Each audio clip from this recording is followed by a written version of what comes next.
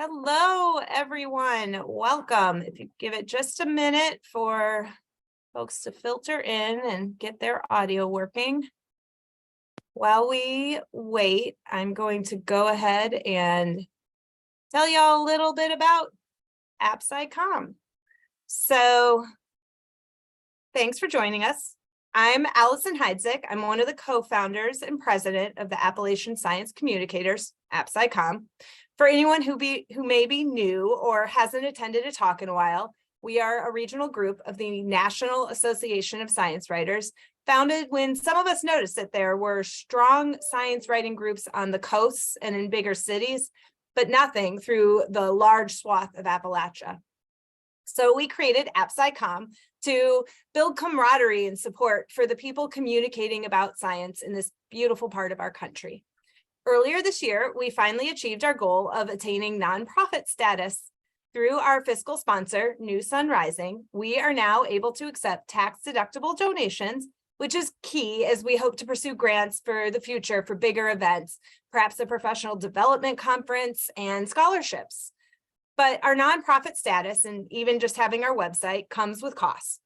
And those of us who keep AppSciComm going are all volunteers with the busy and not so well compensated lives of science communicators. So we've set a goal to raise $1,000 to cover these costs so that we can keep going and pursue grants for bigger and better initiatives. If you believe in the importance of having science communicators living in our communities to cover the often taxpayer-funded scientific discoveries happening in our institutions and impacting our lives, please donate. It's super easy. Just go to our website, AppSciComm, AppSciComm.org, and you will see a giant green donation button at the top. Just click it and you'll be brought to a donation page hosted by our fiscal sponsor, New Sun Rising. And as a special bonus, if you donate, we'll send you one of our high quality water bottle stickers. Great gift from us.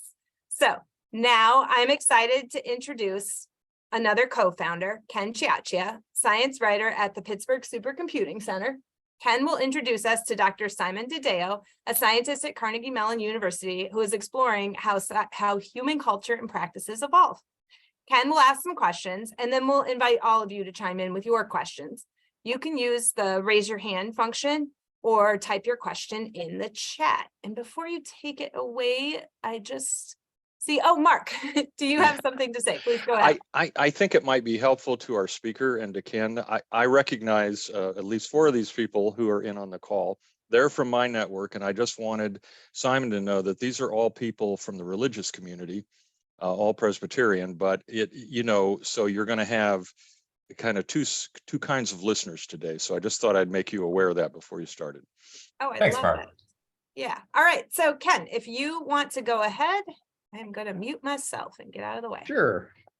So I'm embarrassed to admit I don't remember exactly how I first heard about Simon's work, but when I heard about it, I was like, oh my God, I have to write about this. There's this heroic story in the field that I originally trained in, biochemistry, about how physicists came into biology in like the 1950s and gave people new tools for figuring out how to do things. And you got things like the structure of DNA, you got things like X-ray crystallography.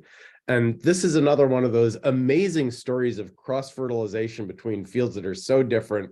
I wonder, Simon, if you could just start out by giving us the journey that this idea of landscapes took from physics to social sciences. Thanks, Ken. This is great. It's really nice to be here. Landscapes it's a metaphor, right? The idea that a human culture is, you can think of it as like located somewhere in some sort of imaginary space of different ways cultures could be. So that idea, the idea that, every blueprint, every story is sitting in some larger space, and there are stories nearby and stories further away. In the project you wrote about, right, we were thinking about religious practices, religious groups, like some religious groups are close and some are further. And so once you get that sort of spatial metaphor going, it's really fertile. It helps you kind of think through the problem. And yeah, as you mentioned, I mean, it's sitting in there. So we talk about in chemistry, you talk about energy landscapes. When I was doing my work in physics years ago, we talked about the string theoretic landscape. And so, coming into the study of culture, thinking about cultures as, I mean, in one sense, they're all totally irreducible, right? Every culture is unique, and the data we worked with is gathered by people who, spend all their time thinking about one thing. But trying to think about how you might arrange them, how they might arrange themselves in some larger relatedness network that's been a really fruitful thing for us. I wonder if you could give us a little bit more detail on what we mean by high ground and valleys in this Sure, model. right. Yeah. I mean, once you get this kind of spatial metaphor going, right, and you think about one culture is near another, you also start to ask this question, okay, like, is one culture more preferable than another? And by preferable, what I mean is, like, let's say you're sitting here, right, and there's a culture nearby in space, or in this kind of metaphorical space, so not necessarily physically nearby, right? But with, like a small change, right, to what you're doing, you would move in that space, and you move in this abstract space. And would that small change make your culture more, and the one way we think about this, more consonant with human cognition, more consonant with the way in which we, try to go about organizing our societies? And so that idea that it's not just about variation, right? So biologists have thought about variation for many centuries now. Not just about variation, but also the question about whether a variation will take you sort of uphill towards a new practice that might better answer to human needs, might better answer to the ways our mind works, right? And this is sort of sitting there for us, right? We have, like, I mean, the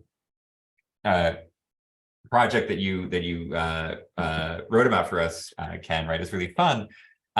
When I looked at some of these cultures, and when Victor and I were looking at these cultures, some of them just particularly in the archaeological records, some of them seem really strange.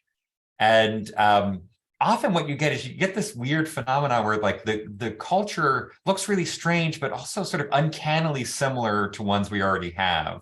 And you're like, oh, with just one little change, right? Like, it would make much more sense. So one of the examples we had, we were looking at these religious practices. So, in most forms of Christianity, very roughly speaking, right? God watches you, like, God's always watching, right? He sees everything, right? What's the, like, not a sparrow falls, but God is not, paying attention. And also, like, he cares if you're good or bad, very roughly speaking, right? He's not only watching, but also judging. And these two things, like, cognitively for us, they're so familiar that they sort of go together. And we can imagine, for example, like, you can imagine somebody's like, I just reject this, right? God's not watching, right? He's not watching, he's not judging. So if you look in the record, in the sort of historical record of the kinds of things people have believed, you run across cultures where, for example, God is not watching, but he's judging, right? Or God is watching, but he's not judging, right? And this is just sort of weird for us, right? Given the other things that are sort of sitting in our minds, it's very hard to imagine, like, a God that's just sort of watching. It's like watching everything, but sort of doesn't care, right? It's like he's watching, but if you do something awful, it's like he doesn't blink. He's just, and that just seems very strange. And that's partly because of all the other kind of cultural baggage, or whatever, whatever you want to call it, like everything else that's going on, the way we see the world, we can imagine rejecting both, accepting both, but not like rejecting one and accepting the other. Cultures do this, though, right? So famously, there are cultures that we know about where they have what are called otiose gods, right? So these are gods they're just watching, right? But, like, they just don't care. There's often in indigenous traditions, right? God's just kind of it's like, and, like, I don't quite know what the metaphor would be. It's not like he's watching TV, doesn't care about you, right? Somehow it's they're sort of lazy gods, right? So that's what otiose means. The flip side, right, is like gods who don't watch but judge, right? It's like, well, how does that even make sense, right? Like, how can God judge you if he's not watching what's going on? So this is an example. When we saw this in the data, we're like, well, that doesn't make sense, right? There's got to be an error, right? And it's like, okay, you check it out, and it's like, no, it's not an error. So the example is the ancient city-state of Ugarit, right? So this is very, millennia BC. And in that case, God isn't watching, right? But like, if somebody really pisses you off, right, you could like call God up, right, and alert him to this fact, right? And it's not like, in the Christian religion, maybe like you can sort of alert God and God's like, I know, trust me, right? In this religion, it's like you ring him up and it's like, Ken really screwed me, and you need to take care of this problem. And again, that's just, it doesn't make sense to us that, a sort of an omnipotent being wouldn't simultaneously sort of be omniscient, that he would kind of rely on this, he would rely on like a hall monitor to kind of report in. So what I'm driving at a little bit is that the space of kind of things that people believe is really, really large. For us, it would be really hard to go, to shift to a belief system where, let's say, yes, God is watching but not caring. That it just doesn't. It would be something for us that would be a walk on the landscape that would take us downhill, right? Flipping that bit, you might say, would sort of take us into a regime that was cognitively implausible, culturally hard to make work, right? And so that's when that uphill downhill story starts to come in, right? The idea is that we're not just sort of looking at what people have believed, but also looking at how those beliefs fit together and the ways in which, for example, if you like, here's like, you have the catechism, right? And of course, religions are much longer and bigger and stranger than their catechisms. Like, you have a big catechism here, things you believe. And it's like, okay, let's just flip this one, right? And it's like, that's not going to work. And what we mean by that is not it's true or false or evil or good, right? We just mean like people are not going to go for it, right? Like that's not a direction the culture can wander in. So in that case, you might think, well, that's sort of a walk, and the metaphor is like it's a walk downhill. It's not climbing upwards to more and more stable points in the landscape. We have other examples, like if you sort of play with this metaphor, when you're hiking, right? You can hike up to a peak, and I used to be in Santa Fe, New Mexico. You hike up to a peak, right? I guess it's true in the Appalachians too, right? You get to a peak, and it's like, oh, there are these kind of ridge lines, right? You can walk along the ridge lines, and you walk along the ridge lines. You can actually get pretty far, and it's quite addictive, right? You walk along the ridge line, you're walking, and you're either going uphill or downhill, right? The biologists would call this a neutral direction, right? And so then you say, okay, well, like you look at the sort of spectrum of religious practices. Are there these kind of neutral directions that you can walk in? And one of them, it turns out, yes, right? So there's one kind of thing that's easy for religions to kind of move in either direction, which is belief. It turns out it's kind of odd for us. It's belief in reincarnation in this world. So this is something, right? Like you go to, if you're a Christian, you go to a priest, right? The priest is like, look, no, right? Like your son is not a reincarnation of your great grandfather. That's just not like, that's not how it works, right? You're welcome to believe that poetically, but like that's a heretical notion for us, right? But it's also actually an incredibly attractive one. And it's one that, given most religious practices we see today, like you can kind of flip this bit, right?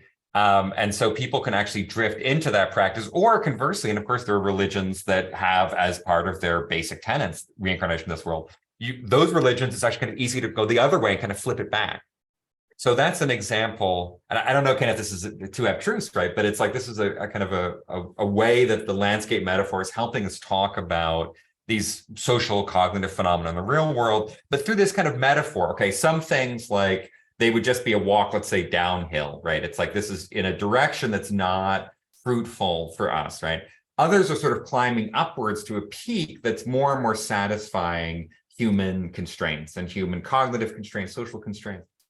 Then there are these kind of weird neutral directions, right? Things that, sort of possibilities for religious practice that are kind of latent and, may or may not switch on. One of the ways you can see it, and this is one of the things we're pursuing now, is, if there is a direction that it's easy for a religion to drift, you're also going to expect religions that attempt to preserve themselves, like really cutting off that possibility, right? So if it's something that a human can drift into, you might, on the flip side, expect a religious, at least for centralized religions, for them to be like, right, no, right? We don't believe in reincarnation in this world. Like that's a pagan belief. That's a sort of pagan, holdover. We don't do. So I don't know, Ken, is that speaking to your question? Yeah, actually, this raises another point, and this was a little weird story for me to write, because so often when we approach a technical story, we're looking for the metaphor to make sense of it for the lay reader. Here, the metaphor was already there. And Right. we can speak entirely about your work metaphorically, and it makes perfect sense. But it just occurred to me that we didn't really mention that, in fact, this was very quantitative. Talk a little bit more about how you actually did this numerically. Right. So, we came at this problem. So, okay, if this is now we'll get very, very philosophical, Ken, right? So I come out of physics, right? So Bertrand Russell once said, a sign of a mature science is that it no longer believes in causality, right? It doesn't believe X causes Y, right? And physics is like, we're in that world, right? Like in physics, there's no causation, it's all correlation, right? And so we end up the kind of physical models we build. We don't build models where it's like one thing causes another. Does the Earth cause the gravitational field? By the time you get to general relativity, it's like, look, the gravitational field just causes Earth. Like it's either way, right? Like one doesn't. There's no sense of it. That sort of pushing and poking. So then you go all the way to what we're doing now, which is like cultural evolution and human society. And there, causation's everywhere, right? And you look at an economics paper, for example. So economists these days, they're getting bored of being doing economics, so they're doing these really interesting studies of social evolution themselves. And if an economist looks at a social system, they're always asking causal questions, right? They're always asking, okay, the world looks this way, right? Why does it look this way? What caused it to look this way? And so they'll often come up with a story that says like, X causes Y. High levels of social trust cause technological innovation, just to make something up, right? That would be a great econ paper, right? Physicists, right, we look at things really differently. We say, look, some societies have high levels of social trust. Some societies have high levels of technological innovation, and these things tend to go together, right? So we think much more correlationally. We build models, right? And the models that come out the other side are often these kind of landscape models, right? They don't eliminate causality, but they allow you to get at the fact that, in fact, most relationships are actually, they have, causal feedbacks. So yes, a high trust society might be a more innovative one, but very often, more innovative societies are more stable, more prosperous. It's easier to trust people in a stable, prosperous society, right? So you end up with these kind of feedbacks. So that's what these models allow us to do. So then, okay, how do you build them? Well, if you're an economist, let's say you have one thing you care about, and you have N things that might influence it, right? So what do? You build a regression or something, right? You're like, I got to predict this one thing, whatever it is, social trust, right, or innovation. And then I have, these N things that might influence it. For us, since we're interested in the feedbacks, right, it's not, N things go to 1, it's N things go to N. So it's N squared things, right? And it turns out when you square something, that really hurts, right? So if you had, you have 10 things, right? Now you have 100, right? And, it only it's like a dumb thing, right? It's like, it's just, you square it and it gets much larger. And so that's why we end up going to, the Pittsburgh Supercomputing Center. It's partly because, so the paper we wrote that you wrote about, we had 20 variables, right? So that's 400 relationships. We're pushing now to 40 variables, right? So that's what, 160? How did I do this right? 40, so that's 100. It's like 1,600 variables or, potential relationships. All those relationships, right, they interact with each other. That's what produces this landscape. But actually finding them, like building that model to begin with is the challenge. So that's, part of what we were doing. In the end, the outcome of that is something that can run on a scientist's laptop in an hour. But to make sure it was working and to show it's working, we run it on the PSC, a million times in a million different ways. So yeah, a big chunk of this, part of this, we're interested in scientifically, let's say, right, is these very qualitative ideas about how cultures shift and how we interact with belief systems. But, sort of underneath that is an attempt to quantify it and actually make something make that landscape metaphor, at least put some numbers on that metaphor, right? And once you put numbers on the metaphor, then you can do all sorts of fun things. So before I did want to give you a chance to show some of those slides you had. But first I wanted to ask one more question. Sure, that yeah. is, the data was posed some challenges though, didn't it?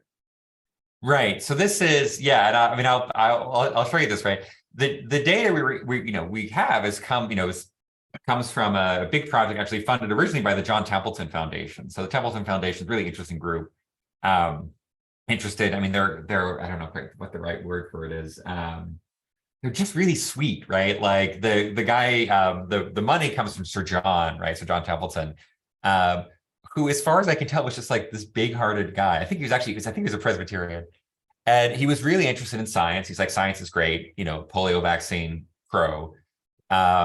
But he was also interested in understanding the human condition. And so they ended up funding a lot of stuff like studies of creativity, studies of curiosity. They funded a lot of stuff in what's called positive psychology, meaning looking at the dynamics not of psychological defects, but like psychological virtues, right? Empathy and kindness. So that they're kind of a fun group. So Templeton funded some anthropologists, archaeologists, and historians to basically do the biggest possible census they could of all human religions. And human religions in the present day, in the past, in the anthropological past, and the archaeological past. So that data is, and what do I mean by data here? So they kind of tried to boil this down to a questionnaire with 200 questions, right? So, all right, what's up with the Mormons in Peru? What do they believe, right? Let's just hit the highlights here, right? Do they sacrifice children? No, right? Turns out that's a rare practice. Do they believe in a spirit-body distinction? Yes, right? That's a more common thing. So that data comes in, and so they were, and the group, this is the database of religious history is the group, the DRH. The DRH people worked really hard. The problem is, like, there's a lot of questions where the answer is, I don't know. Did the ancient Spartans believe in a spirit-body distinction? Hard to know. They're dead, right? Now, archaeologists are wonderful people, extremely cautious people, and simultaneously really imaginative. So, they will write dissertations being like, look, here's how we know that they had this metaphysical belief based on the ways in which they built the stuff they built, right? But we do have a lot of missing data. Another example we have, so this is, and I say this out of love, right? So take the Unitarians, right? Do the Unitarians believe in heaven? Well, okay, right? If you know Unitarians, there's an old joke. What do you get if you cross a Jehovah's Witness with a Unitarian? The answer is somebody who knocks on your door and they're not quite sure why. And another way to put it is like there's the Unitarian religion, in contrast, for example, to Mormonism, right? It's a broad tent. So if you want to say, okay, what do the Unitarians believe? One of the answers you give is like, they could, do they believe in X? Yes and no. So how do you characterize that, right? A lot of the algorithms that, are sitting there are built for machine learning, human vision, predicting if you're going to, go bankrupt, right? They're not really sensitive to human ambiguity, like the Unitarians, great example. But also, in fact, many religions are like this, right? There are, people in any particular religious group that have a diversity of views, right? So most algorithms can't handle the ambiguity. They also can't handle the missing data. So the missing data problem is a really big one. And I was actually shocked when I first started working on this. Like, I thought this would be an easy project. Like, I talked to these guys and I'm like, look, this is a great problem. Like, we'll hit this, we'll be done on the weekend. We have missing data. The standard approach to missing data in machine learning, which just shocked me, is just set it all to 0, right? It's like, well, that's nuts, right? Meaning, it's the classic fallacy, right? Like, absence of evidence is taken as evidence for absence. So a lot of what we did in this piece of work, right, is figure out, okay, how do we deal with ambiguity in the cultural record, and how do we deal with the missing data in the cultural record without being an idiot about it, right? So there have been big mistakes done in this field. So one of the big mistakes that happened like history of religion is great, right? And it's everything we care about, right? These are the most important beliefs people have. And so we always want to know, well, what's the relationship between religion and culture, the wider social political life that people have. And so one question is, for example, take this example of like a God who's watching you and cares what you do. So this has been hypothesized to be the origin point for complex societies, right? You have to, I mean, I'm neutral on this, right? But many great religious scholars, right, say something, the cartoon version is you have to internalize the father, right? Like instead of you're in a small village, you're naughty, somebody sees you, okay, that's fine. But when you want to build a larger society, you have to have things like guilt, right? You have to have things like worrying not just about how you appear to others, but how you appear to some transcendental judge. The idea is, okay, the belief comes, and then once you have those beliefs in place, right, then you can bootstrap much more complex social organizations. I kind of like this hypothesis, right? It's sort of a beliefs first view that we can't actually get things done as a species until we start to recognize features of the transcendent. But it's an active area, right? And so some people have the other way around. They say, look, once you have complex societies, then you have the luxury of believing these crazy things. So some work was done on this, and a big splashy paper came out in Nature a couple of years ago now, and actually by someone I know, Peter Turchin, who we've talked about it privately, but that paper came out and it was like, biggest database of religion ever says complex societies come first, then a certain pattern of transcendental beliefs come second, right? And I read this and I was like, oh, that's a bummer, because I wanted it to be the other way around. But very, very quickly, it turns out that they did this classic thing, which is when they have all this data over time, and if they had a question mark, they just said no, right? So every culture where they were like, does this culture believe in a God who watches, right? Question mark. They just set the question mark to 0, to no, right? And it's like, well, shit, right? Like this is a huge confound because, and you guys are smart, you get this, right? But it's like, if every religion where you don't know if they believe in the God or not is, if it's a question mark, you set it to 0, right? That's biasing you against, or that's biasing you to think that small cultures that don't leave good records don't have the belief, right? Because it's the small cultures that don't have good records. It may be, for example, pre-literate cultures, right? Those are the ones where you're going to have the question mark, and you set it to 0. So now you've just baked in the conclusion, right? If you want to know, do small cultures get big because they believe in God? But all the small cultures you say they don't believe in God. Well, no, obviously they have to get big first, right? So this was a huge shit show, excuse me, and kind of split the field. Where some people kind of went along with it, some other people didn't, and then of course it's a whole fun story. So I know both sides, right, of the debate on this. In the era of open science, it was sort of interesting. The era of open science on the GitHub, right, where the group released their analysis, there was like this comment in the code, and the comment was like, oh, if we set all the question marks to 0, then we get the result. And it's like, okay, so it's a bit of a smoking gun, right? It's like you guys knew you were being a bit naughty, and you kind of knew you wanted to get the certain result. Now that debate's ongoing. So Peter's group is like, look, we really fucked that up. Sorry, but we fixed it, and we still get the same result. Okay, now we can start fighting about this. But that's just an example, kind of the way in which this is obviously like there's these really great questions about how culture works, how religions work, how we navigate the space of the transcendent, and then there's also like these really kind of nuts and bolts things, which are one way to put it is, can you make a machine? You can never make a machine as good as an archaeologist, but can you make a machine sensitive to certain kinds of epistemic, like epistemological problems that the archaeologist is just dealing with day after day? So it's a bit of a long-winded answer, Ken. What do you want to do? I'm happy to take questions. I mean, what do you guys want? Yeah. We've had one question come in. Did you want to go quickly to the slides first, and then we can do the questions? Yeah, I mean, there's this one. I mean, I just kind of poked my nose in here, and I could see Deborah Wright ask this question about AI and societal trust. And I think this is, I mean, if I'll take a brief sort of mention of this, I think this is a really important question, and we're just dealing with this tiny fragment of it, right?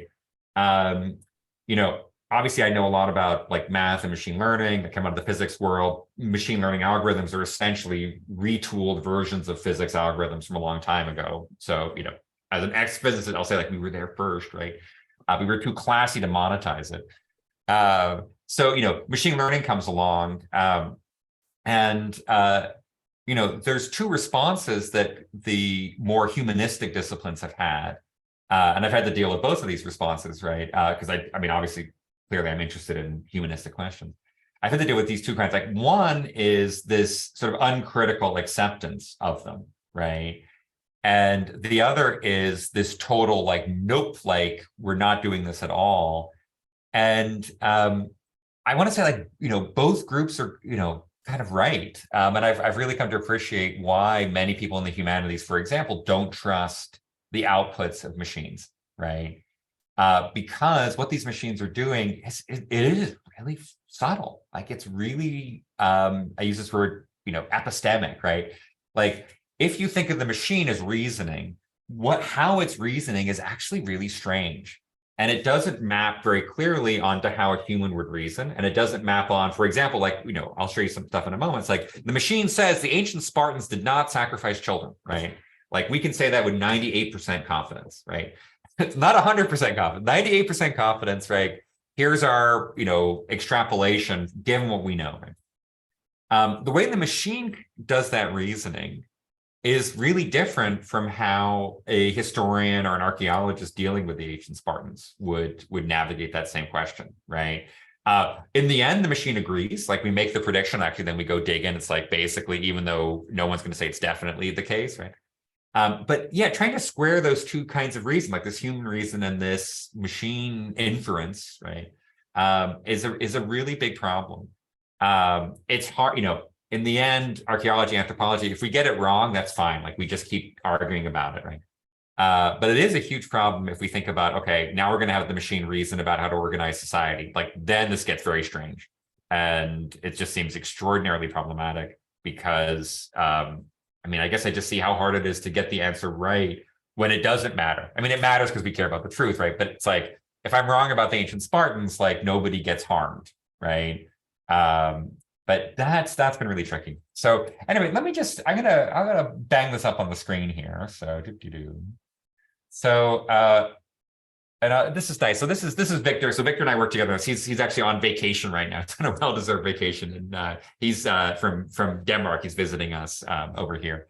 I love that this is who's the guy who's the painter on my background here. It's not Bruegel. It's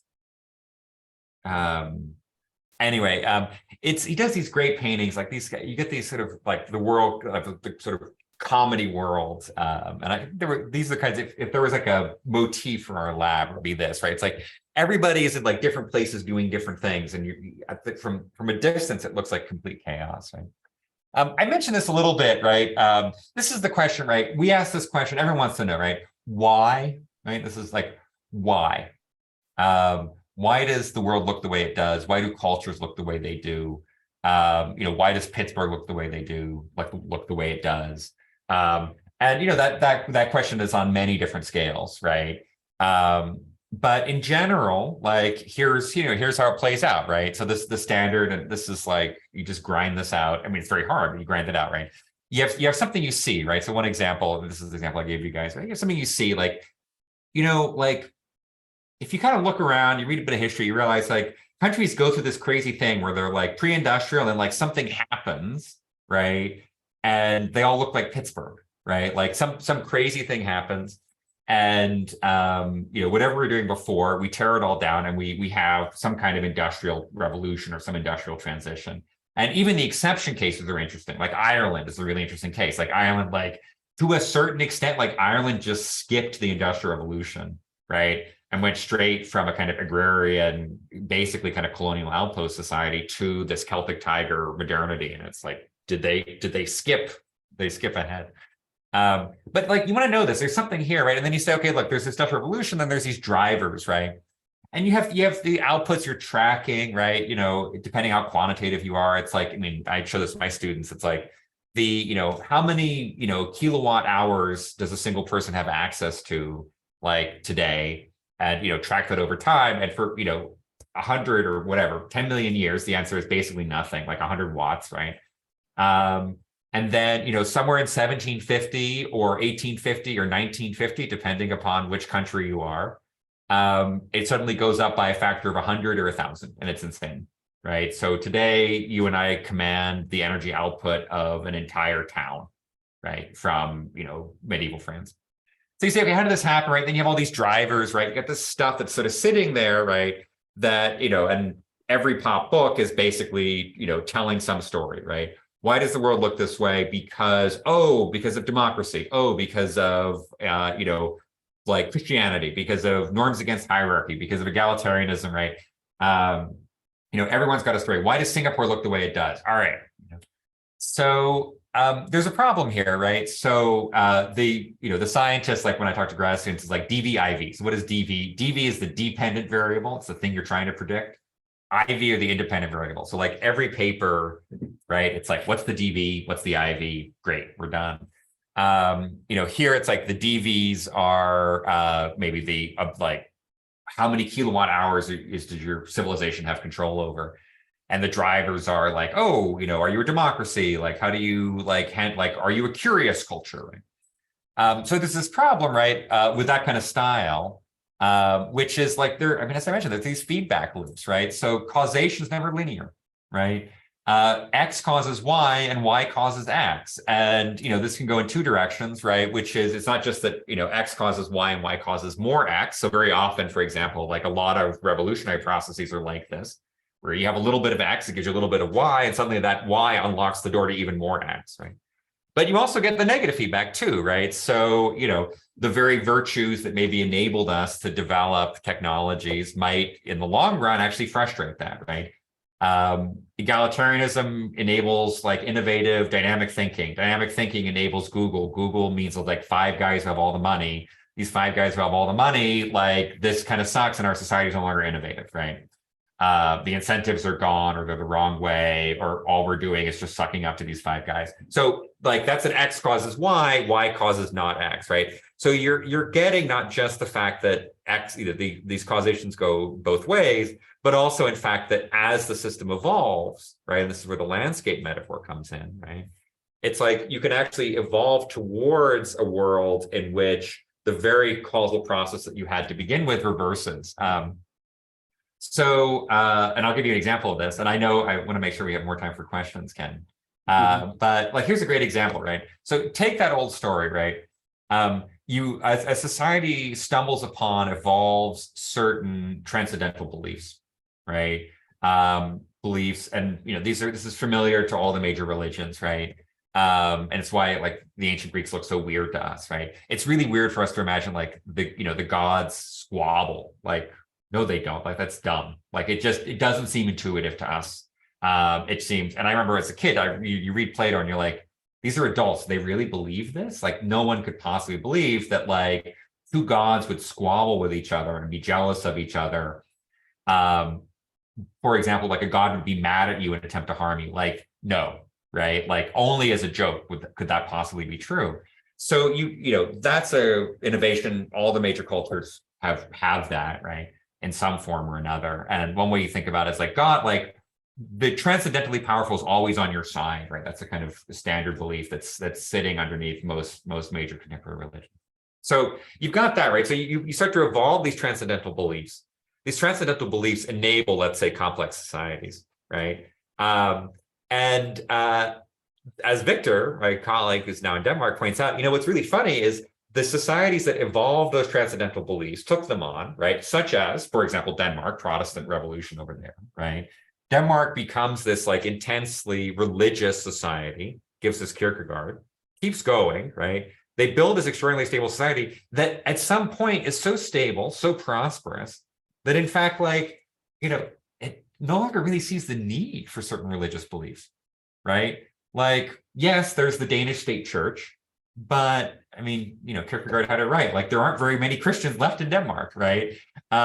Many of the same beliefs that many people would say enabled the Danish to create an incredibly prosperous society. Those very same beliefs created a society so prosperous that somehow, like, it almost lost the need for them, right?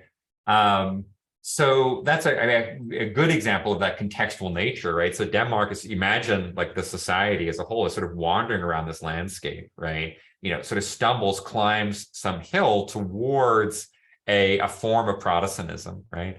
But actually sort of kind of ends up like finding a new path somewhere up there, right? That actually, sort of throws away the ladder, so to speak. So anyway, those kinds of stories, they're hard to tell in the Standal X causes Y story, but the landscape story, we call this the landscape view, right? It's not that one thing causes another thing, but all of these things are constantly interacting, right? We have this kind of notion of a constant pressures, right? There's norms against hierarchy that are exerting pressures over the level of innovation. Level of innovation is exerting pressures on egalitarianism, right? Egalitarianism is like, exerting pressure on levels of innovation. So everything is sort of networked together. One sense, this either sounds like a total hippie, thing, or it's completely obvious and every adult has to believe this, right? I think it's a combination of the two. It's one of the reasons why I think many scientists struggle to communicate with people in the real world, is because a lot of science is this X causes Y thinking. But every business owner knows that if X causes Y, like at some point that's either going to break or reverse or feed back in, right? So we're trying to capture some of those intuitions that are there for people like anthropologists and archaeologists, right? The idea is, okay, so everything is, there's all these competing constraints, right? Believing in a God that watches you is sort of just pushing you towards believing a God that also judges you. Like, that doesn't make sense that he would watch and not care, right? So it's pushing, but of course, these things are pushing back in the other direction as well. And the idea is that some configurations solve these problems, almost like Sudoku, right? Actually, there's a direct metaphor to Sudoku. But, a very trivial thing is like, there's a set of constraints. I think in Sudoku, there's only ever one solution to the problem, but it actually, in most real Sudoku, like you looked at a random Sudoku problem, you'd actually have multiple solutions. So the idea is that religions are kind of solving these problems in different ways, right? Certain religions are solving these problems in ways that to us seem really strange, but actually, if you kind of transport yourself into that full cognitive, psychological, social context, it actually works pretty well, right? Out of that, we get this notion of equilibrium. So many religions are sitting what you might think of as like kind of an equilibrium position. Any small change is sort of disfavored, not because you get punished, but because, actually, like the way we're doing it right now sort of makes sense. And the deviations either don't work socially, don't work cognitively, right? Or don't work in a way that keeps the religious group together, right? So you imagine most religions are sitting at these kind of equilibria, but like, and here's the picture, right? This kind of landscape is sitting there, right? And we're sitting in different points on this scape, right? A lot of the metaphors that you remember from hiking are going to, come through, right? Sometimes we're like a saddle point. I mentioned ridge lines, right? There's a lot of intuitions that we have from living in three-dimensional space.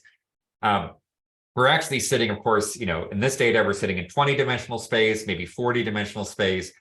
Google is navigating a landscape with something like whatever GPT they're building, right? That landscape is 50,000 dimensional, billion dimensional. Some of the metaphors transfer over and some don't, which is kind of fun, right? So actually there's some really beautiful work in mathematics about, like we have intuitions about how 2-dimensional or 3-dimensional landscapes work. Some of those, if you imagine we could walk in 50,000 dimensional space, some of those intuitions don't work anymore.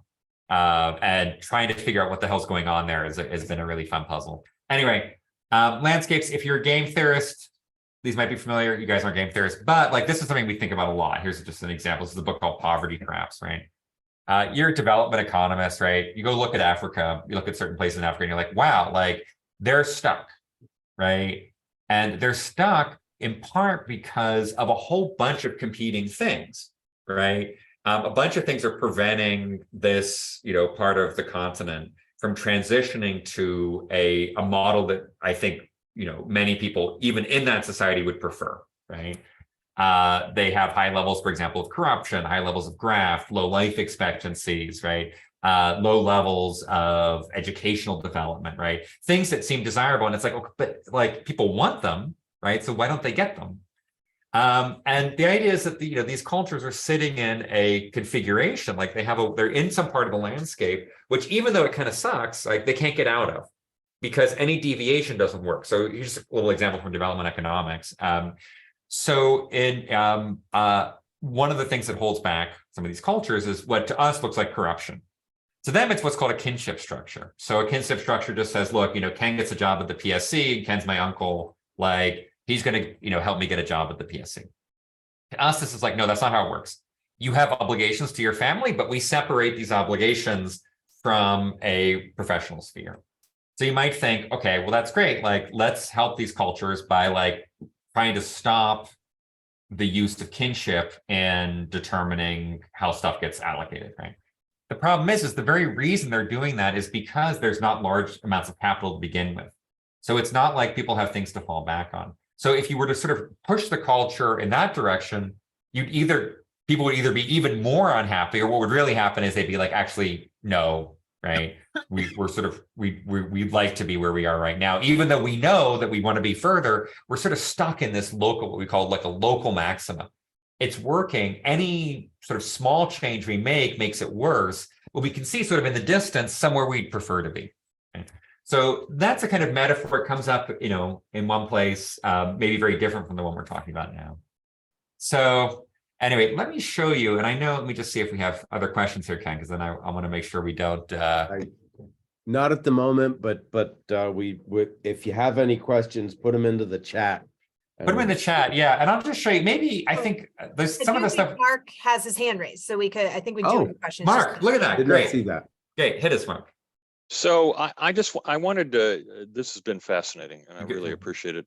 I want to go back to your very first example, because one of the things I'm interested in terms of your religion study is what the study revealed in terms of what persists and what doesn't.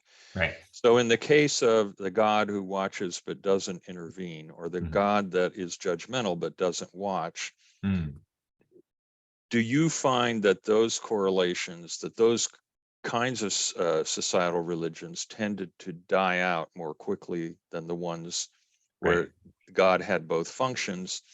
And in a broader way, did you find there were 3 or 4 things like that had kind of a lasting impact on whether a religion persisted or whether it faded away? This is great. Let me these are wonderful questions. I'll just do quickly, Mark. So I'll just show you just in case, just so it's a bit more vivid, right? It's like, here's what the data kind of looks like, right? Imagine not thousands, like 1,000 of these, right? I think these are the answers for, I can't remember which one I put. This is like pre-Christian Ireland, I think, right? So, we have metaphysical questions, right? We also here, you can see we have questions about ritual, right? So there's a big broad spectrum there. So it's not just the beliefs, but also like, do you bury the dead in a special way, for example, right? So that's kind of what the data looks like. I'm just going to scroll and see if we have another bit. Yeah, it's like, does this group build monuments, right? If they build monuments, like, we actually kind of get into the weeds in some cases, like, are these monuments built by corvée labor? Meaning, do you kind of bring a bunch of people in and they all work together, like a barn raising, right? Or is it supported by the state, right? So Danish State Church, like the state builds the churches, the Amish, they build their own churches, right? So that's what the data looks like. I'll show you, here's, show you 2 things. So here you go. This is sort of our fun picture. So, all right, here we go. Right, here's the image. Each of these dots here, right? Each of these dots, and if I just focus on the left-hand side of the graph for a moment, right? Each of these dots is a particular series of answers to the questions in play. So in this case, 20 questions like, and in fact, I can jump ahead just quickly. If you look on the left, those are the 20 questions, right? Like belief in the afterlife, yes, no. Grave goods present, yes, no. Supernatural monitoring present, yes, no. There's some dark ones, right? Do you sacrifice children? Turns out one of the reasons, like everybody know, like almost always, if they do, we know because it's so insane. It's a practice, obviously no longer extant, but it's a practice that if a culture does it, everybody talks about it, both that culture and anyone who ever comes into contact. It's like, we know this, like Baal, right? The Phoenicians, right?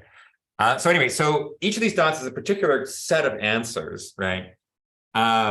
Lines between dots indicate neighboring configurations. So if there's a dot, like, I don't know, we got, let's see here. We have the Sangha religious group, and they're right next to the Luguru religious group, meaning that those two groups differ on only one of the 20 questions, right? This is, you might think of this sort of like the spatial, it's not, obviously it's not spatial because it's 20-dimensional space, like I've never visited it, right? The sizes of the dots now are, you can think of the size of dots sort of like how high in the landscape they are. So this is giving you a picture of, like, if you can sort of mentally visualize, like the larger the dot is, like that's almost like it's like sort of sticking up, right? It's a peak. So like, what do we see, right? So first of all, the landscape is complex, meaning that there's not one peak. We're not all climbing towards some religion, right? There's not some religious practice that we're all moving toward. What you find instead is these kind of like, it's almost like there's the kind of topography of religious practices. You get this group, which are sort of the state-sponsored religions. So these are religions that, Catholic Church is sitting in there, but also sort of the ancient Egyptians, right? There's a sort of a set of practices focused on written text, monumental architecture. They're sort of big, impressive, organizing faiths, right? You move out so that's one thing, right?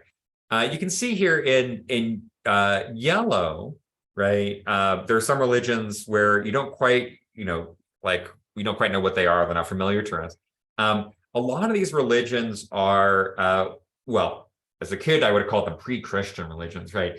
But they're better called pre-axial religions. So these are religions that are either present in the archaeological record or still in indigenous traditions that are prior to the invention of what we might think of as this kind of transcendental complex, right?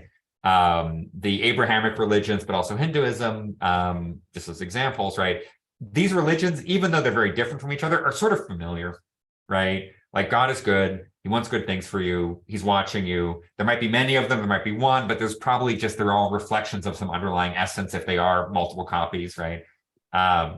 It's like St. Patrick of the Trinity. It's also like they're all the petals are linked. So those yellow religions, they're the kind of this pre-axial tradition. And then finally, in just this very rough portrait mark of the landscape here, we have what we call the Protestant floodplain, right? So if you imagine like human history as beginning somewhere around those yellow religions, right, evolving over time to climb this kind of peak that is the state-run religions, and these state-run religions they look in many ways familiar. I don't know if you guys you ever heard the Philip Glass opera Akhenaten, right? Like this is sort of the first version of monotheism, right? God is Son, He's the Son, and we're just sort of dispensing with all of these kind of pluralistic narrative practices. We sort of climb towards this peak, and then once we get to the peak, it's almost like, okay, now we're kind of moving in an interesting direction. We're moving outwards into, and again, we call it the Protestant floodplain, but it actually includes all sorts of, dissenting is not quite the right word, but many forms of Islamic traditions as well are sitting out there, many variants. So there's a huge diversity, as you guys probably know. Any religion that says, like the Catholic Church is not one thing, it's many, many things. Islam is not one thing, it's many, many things. Shia, many, many things. So as anthropologists recognized, right? And so you end up in this kind of, it's a floodplain, right? Maybe it's better to call it like a mesa system, right? Where these are, there's a lot of religions that are pretty sort of similar to each other, but you can kind of wander around. So you zoom in, so we zoomed in a little bit on the right-hand side there. See, like there's one group we have access to or data on is Free Methodists, right? And the Free Methodists, like they're pretty similar to the Jehovah's Witnesses, pretty similar to the Southern Baptists, right? And you can sort of move among these, they're different, right? They differ in certain key ways, right? And I can't remember off the top of my head which bits, the Jehovah's Witnesses differ from the Southern Baptists, right? But they're all kind of sitting there, and it's, again, it's fine to call it, they're not interchangeable, but it's like, it's actually pretty easy to move, right? So we call it a floodplain. It's sort of like, it's like the hike is, that's not the hike's over, right? You've gotten to a pretty high peak and now you kind of wander around up here. So these are very kind of, again, metaphorical portraits of what we think is going on. And there's a lot sitting there, right? So you can see, I mean, you can look at this for a long, long time, right? So it's like, you can see there's this top corner of these kind of elite mystery religions, right? So like Pythagoreanism is up there, peyote religion. Some of those are fun because like they're kind of reboots. So peyote religion, for example, is kind of it's connected to Native American indigenous traditions, but it's also, these are kind of reboots in the sense that it's like, this is after colonization and the remaining tribes are like, look, what happened? We need to recover what has been lost. And so some of them sitting out there, it's not quite that they're Protestant. It's almost like in the same way the Protestants like, let's get back to the true word, right? Some of these religions sitting there in the indigenous traditions, like they're not in the yellow, they're sitting more over, they actually look like a form of Protestantism on this landscape picture. Mark, you have, I think, more questions because your hand is up again, which is great. Sorry, didn't realize that. I was just starting to type it. Yeah, sorry if this is a bit of a sideways thing, but I was also thinking about the one other thing that really jumped out at me that you were talking about earlier, which is this idea that particularly in Europe and now increasingly in the US, it's almost as though once a society reaches a certain level of technological sophistication and economic stability, right, and maybe certain other factors, that religion starts to disappear or it starts to fracture or dissipate. Right. And what I was thinking about was I know a lot of people in the scientific community who are non-believers who would probably be very happy with this, thinking about this outcome. Like, well, that's the way it ought to be. You know, once we've done the job of getting society to a certain place. But is that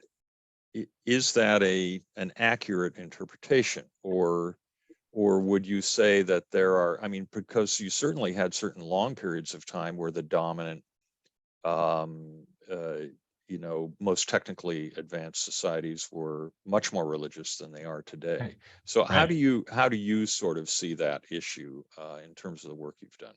Right. Well, I think this is a great AppSciComm question, Mark. Right. So I love humans, right? And I obviously, I have a huge taste for the complexities of human experience. So hey, Chris, I'm just finishing 5 minutes, if you don't mind. Thank you. So I have this taste for it, and I'm a Quaker, right? I'm a bad Quaker, but I'm a Quaker. So for me, this is about, let's look at ourselves, right? Let's look at the diversity of things that people have believed, right? It's obviously, in some cases, there's like a very clear notion of progress, right? Like the getting rid of human sacrifice, like this was a great discovery. You might think it's like a great discovery in human consciousness, right? So there, it's in some cases, it's hard not to think in terms of progress. In other cases, though, I think what we're really doing is asking, how is the human capacity for contact with the transcendent? How does that evolve and change over time, right? What enables it? What enables different forms of it?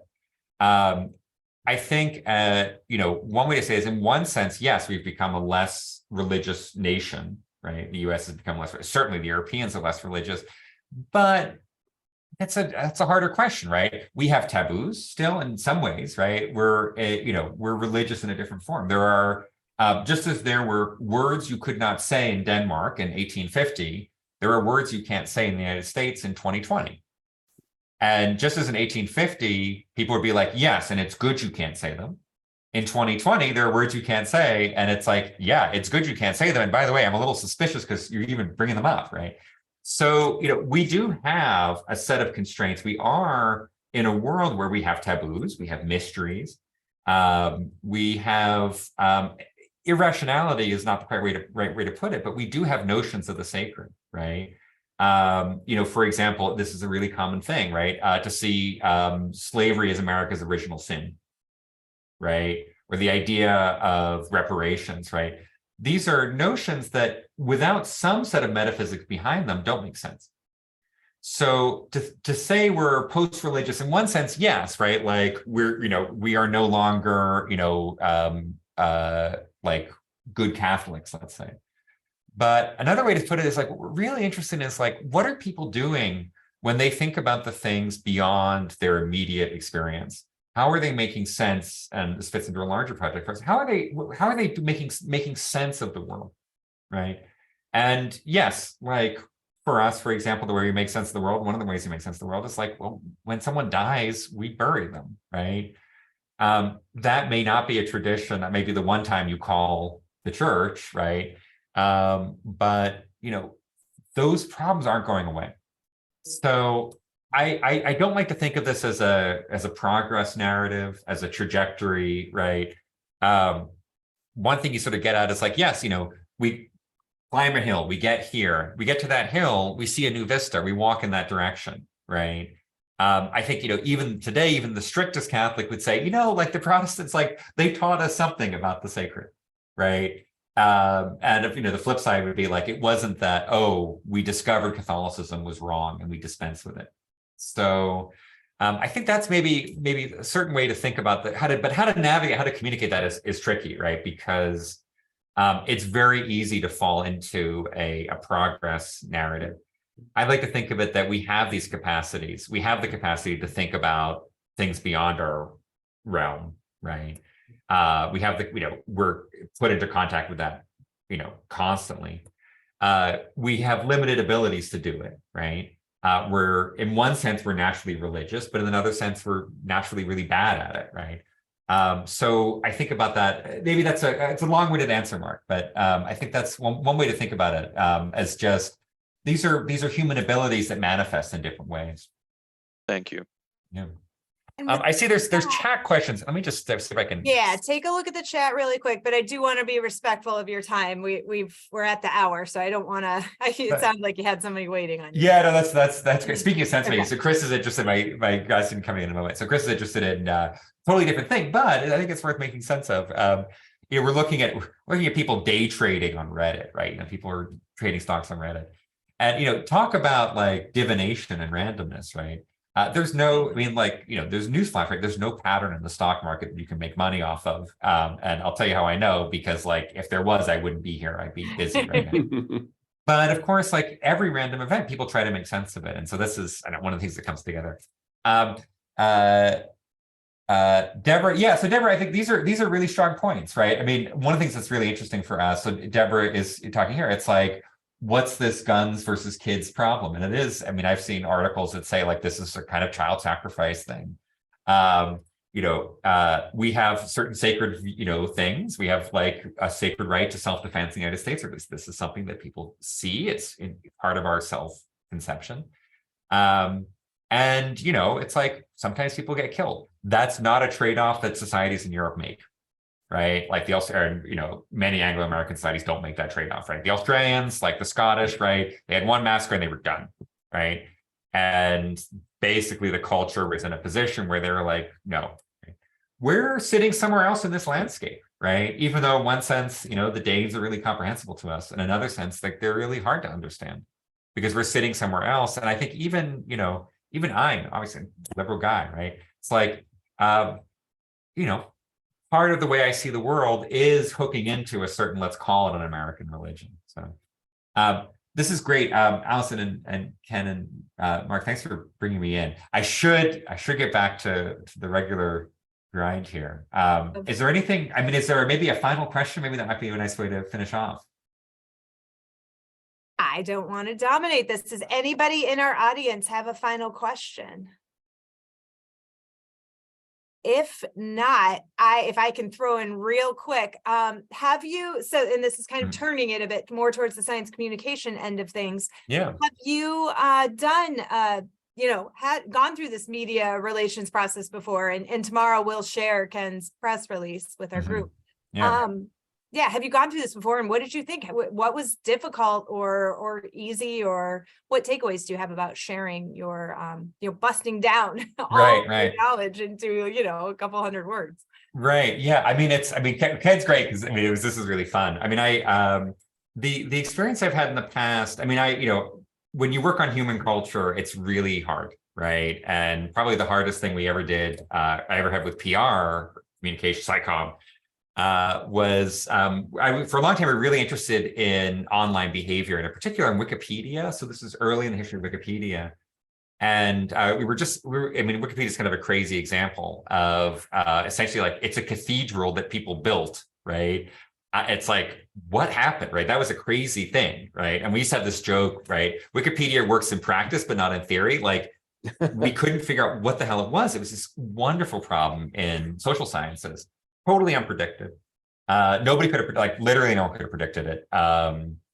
And so, we started working on it. And I mean, that was a trial by fire for me because I realized like everybody's got a goddamn opinion about Wikipedia. Everyone wants to tell me their opinion. Everybody's angry at it, or they love it, or they're angry because I'm not angry at it in the right way, right? And so it was a real lesson early on about trying to, it's like people want you to have an answer about Wikipedia, is it good or bad? And trying to, convey, okay, what's really at stake for us is not that question. It's like getting a sort of a handle on like, look, this is something people are doing, isn't it interesting, right? Early on, I mean, we got into trouble. Like I made some remark. I said, it's really interesting. Wikipedia is like this very successful system, right? And I just made this one remark. It was quoted in an article, and that gave me like years of grief, right? Because people who hated Wikipedia were like, who is this guy, right? Like, why is he shilling for Wikipedia? And we had gotten funding from a guy called Piero Midiar, who also funded Wikipedia. So then it was like, oh, this is like some big corruption scandal. Then later was the flip side. So we also wrote a piece about like Wikipedia and sort of the world of bureaucracy and how Wikipedia had become in some sense bureaucratic. And then it turns out, this is how naive we were at the time, right? Russia Today, the journalistic outfit, got really into it, right? And I was like, this is funny because usually journalists want like a pro-Wikipedia story. These guys want an anti-Wikipedia story. How unusual. And of course, it didn't click until a year later when I was like, yes, like authoritarian states hate Wikipedia, right? Russia hates it. And so Russia Today hates it. So realizing that I was dipping my foot into that, I think those were, learning to say, look, and it's always a puzzle, right? How do you say, we're looking at religion, aren't humans wonderful and interesting? And that's not the right way to say it, because like humans also sacrifice children. That's really sick, right? So it's like, how do you get across that kind of, that it's not dispassionate, but I don't know. That's just the challenge. It'll be the challenge when this stuff, starts coming out. It's going to be a challenge again, right? Because people want this answer. Atheism, good or bad? It's like, talk to God, man. I don't know, right? So anyway, Alison, this is lovely. Thanks for the opportunity. Thank you very much. The challenges are fun, so I wish you luck tomorrow. Well, good luck. And I'll tell you, when that Wikipedia thing came out, that's when I came to love SciComm, because the PR person, so the whole scandal broke, right? This broke while I was flying for my first job interview for a faculty position. And I called the PR guy at Santa Fe Institute where I was, and he was like, don't do anything. Turn off the computer, stay offline. I'm your lawyer. Don't do anything without talking to me. I'll take care of it. And he was amazing at it. But it was the first time I realized, like, oh, wow, like there's a skill here that he has that I don't. So anyway, Chris is at my door. So thank you again, guys. We'll say goodbye to you. I have a quick wrap up spiel, folks. If you want to stay on, you go ahead, Simon. Alison, thank you so much. Ciao, and thanks, Ken. Bye-bye. And just one point I forgot to mention. Our article about Simon's work will be on psc.edu tomorrow. And I'll let you know what happens in social media when we post that. Thank you very much. All right. So anybody who's still here, I just want to give you a quick wrap up here. That was wonderful. I'm so glad Simon could make it. And thank you, Ken, so much for facilitating the conversation. Before you go, I want to thank all of you for joining us. We are actively planning future events, hopefully including a happy hour meetup now that it's nicer outside, possibly a book signing event with an Appalachia-based science writer. If you aren't signed up with AppSciComm, visit our website, www.appscicomm.org, and fill in your name and email in the contact section. That's all you need, just a name and an email. We're not collecting your information in any way except to give you maybe one email a month. We'll be sharing details about future events with our mailing list soon and posting to our Facebook page, which you can also join if you haven't yet. It's a private group that's very friendly. If you have enjoyed this event, please consider making a donation to help us grow. And if you'd like to get more involved with AppSciComm, please let us know. We're always looking for volunteers who are happy to help out. Thank you all very much. Hope you have a good afternoon. Take Bye. care.